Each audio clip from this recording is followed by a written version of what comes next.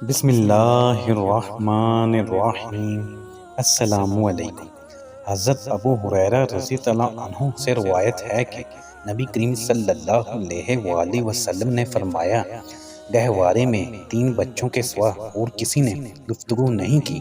ان میں سے ایک حضرت عیسیٰ علیہ السلام ہیں۔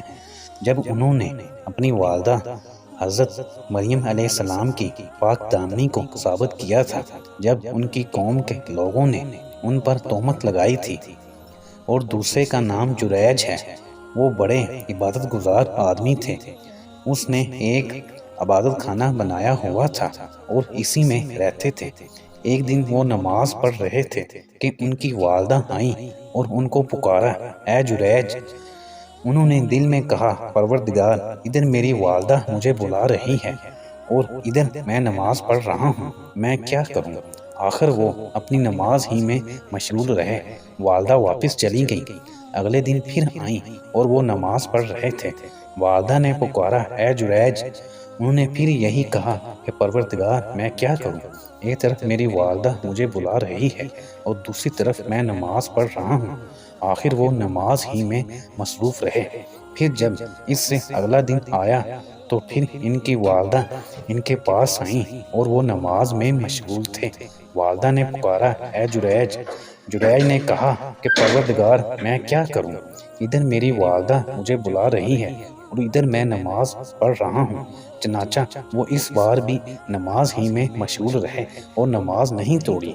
اس پر ان کی والدہ نے غصہ ہو کر بددعا کی، اے اللہ، اس وقت تک اسے موت نہ آئے جب تک یہ زانیہ عورتوں کا چہرہ نہ دیکھ لے۔ جریج کی عبادت کا تذکرہ عام زبان زد ہونے لگا۔ ایک زانیہ عورت تھی جس کے حسن کی مثال دی جاتی تھی۔ اس نے ایک دن بنی اسرائیل سے کہا کہ اگر تم چاہو تو میں تمہاری خاطر اس جریج کو فتنہ میں ڈال دوں۔ راوی کہتے ہیں کہ وہ زانیہ عورت ان کے سامنے آئی اور ان سے گفتگو کی، لیکن انہوں نے اس کی طرف کوئی التفات نہیں کیا، یعنی اس کی خواہش پوری کرنے سے انکار کیا۔ پھر ایک چرواہے کے پاس آئی جو جریج کے عبادت خانے میں قیام کیا کرتا تھا۔ اس عورت نے اس کو اپنے اوپر قابو دے دیا۔ چرواہے نے اس سے زنا کیا۔ اس سے ایک بچہ پیدا ہوا۔ عورت نے تہمت لگائی کہ یہ بچہ جریج کا ہے۔ ان کی قوم کے لوگ آئے اور جریج کو نیچے اتارا اور ان کا عبادت خانہ توڑ دیا اور ان کو مارنے لگے۔ جریج نے پوچھا کہ کیا ماجرا ہے؟ لوگوں نے کہا کہ تم نے فلاں زانیہ عورت سے بدکاری کی ہے جس سے یہ بچہ پیدا ہوا ہے۔ جریج نے پوچھا کہ بچہ کہاں ہے؟ چنانچہ وہ اس بچے کو لے کر آئے۔ جریج نے کہا کہ مجھے نماز پڑھنے دو۔ جریج نے نماز پڑھی۔ نماز سے فارغ ہونے کے بعد بچے کے پاس آئے اور اس سے پوچھا کہ اے بچے، تمہارا باپ کون ہے؟ بچہ بول پڑا کہ فلاں چرواہا میرا باپ ہے۔ اس پر ان کی قوم شرمندہ ہوئی اور کہنے لگے کہ ہم آپ کا عبادت خانہ سونے کا بنائیں گے۔ لوگ ان کو چومنے لگے اور تبرکہ ہاتھ پھیرنے لگے۔ جریج نے کہا کہ نہیں، مٹی ہی کا بنے گا۔ چنانچہ لوگوں نے ایسا ہی کیا۔ ایک اور واقعہ اس طرح ہے کہ ایک بنی اسرائیل کی عورت تھی جو اپنے بچے کو دودھ پلا رہی تھی۔ قریب سے ایک سوار نہایت وجیہ اور خوش پوش گزرا۔